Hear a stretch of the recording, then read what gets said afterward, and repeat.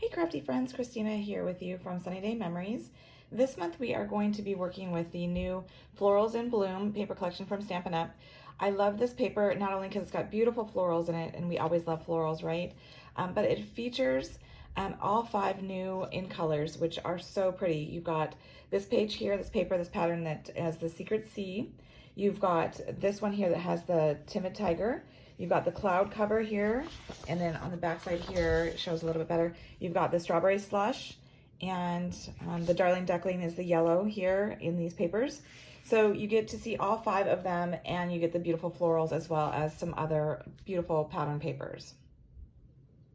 Today we're going to be making a really simple but very nice way to package up a little surprise for somebody, whether you want to just do a little note in it, or you want to put like a piece of jewelry in it, a little candy. So you go ahead and untie it, and then the little circles you'll see kind of fold into each other.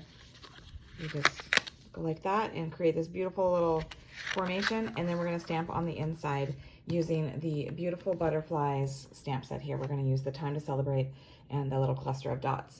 Additionally, we'll be using the largest circle die in the stylish shapes, which measures about 3 inches. So for this particular shape, or this size, I mean not shape, I am using 3 inches since that is the large circle size. So you're going to need 4 of those. So I have gone ahead and cut out 4 of these beautiful multicolored floral pieces. So you're going to need 4 of those. And then you're going to need 2 pieces of the new Timid Tiger. Also, they're going to be 3 by 3. So what I wanted to note is what I love about this project is if you want it to be larger or smaller, you can easily manipulate the project size. What you're doing, as you've already seen, is the circles are the same size as the squares that we're going to use. So if you want it to be a 4-inch, you could do 4-inch circles and then 4-inch squares. So it's really easy to go ahead and alter to your needs. So we're going to go ahead and start by doing our stamping. So we're going to take one of our 2 squares. We've got 2 of these 3 by 3 squares, and I'm taking the sentiment Time to Celebrate, and I'm inking it up in the Timid Tiger, one of the new in colors. So it's going to be a nice tone on tone, and I'm going down a little bit so that way I have space to go ahead and do the little circle clusters in the corners. So I've got my sentiment there, and then I'm going to go ahead and take my cluster of dots, ink it up, and then I'm going to do a little bit here in the upper left hand corner and another little bit down here in the lower right hand corner. And that's all the stamping that's required. Super simple. Okay, so now you have space to go ahead and sign it or write a little note if you'd like to, which is nice. So you don't even have to do any stamping, but I think it just is a nice tie-in. So then next what we're going to do is we're going to take our 4 circles and we're going to fold them in half. So the paper that I'm using is directional. While sometimes it's very random, you can see that they're all kind of going in an upright direction. So it is important to kind of think about how you're going to fold your circles if the papers that you're working with also are directional, because you're going to have 2 that are folded in half horizontally and 2 that are folded in half vertically. So if you have like a particular flower that you want to capture, that might influence your decision on how you're going to go ahead and fold them. So I'm going to go ahead and fold this one in half horizontally. So that one could be one that's going to be glued here to the bottom. And then I'm going to go ahead and take this one here, and I'm going to glue this one in half vertically. So that way I can go ahead and have that be like that. And then I'm going to continue with the other 2 the same way. I would recommend going in with your bone folder and just giving the score, the fold that you've done, a good crease so that it folds really nicely. So then it's kind of helpful, at least for me, because I'm very visual, to kind of place them how you are going to glue them down, just so that you go ahead and make sure that you do glue them correctly. So we're going to go ahead and start with this bottom one. So that means the glue is only going to go on this bottom portion, not on this top portion. So I'm going to go ahead and use a wet liquid glue, so that way I have a little bit of wiggle room if I don't place it just right. And don't put too much because you don't want it to kind of ooze out. So then you're going to go ahead and you're going to take your piece and you're going to press it up to that score line so it is flush, but you want to center it so that the edges meet the edge of that circle. And then go ahead and I usually fold it down in half over the top, so then I can go ahead and press it. So then it is sticking really nicely to the back. So that's what it's going to look like on the back side.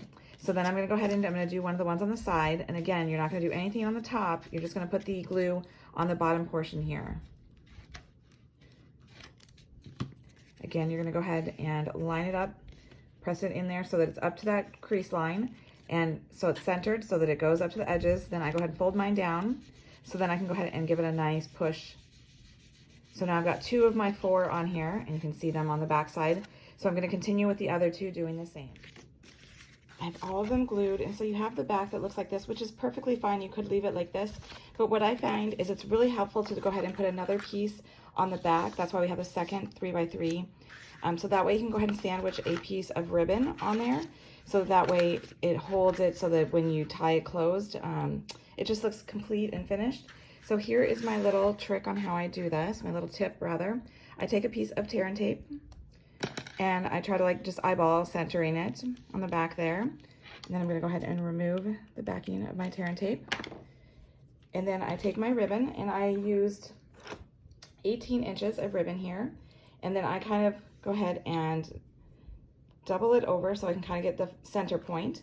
And then I just kind of eyeball again, putting this down on that strip of that tear and tape that we put down. So then I kind of know that the ribbon is somewhat balanced. And then I can go ahead and glue down this Timid Tiger right over that, sandwiching it in place.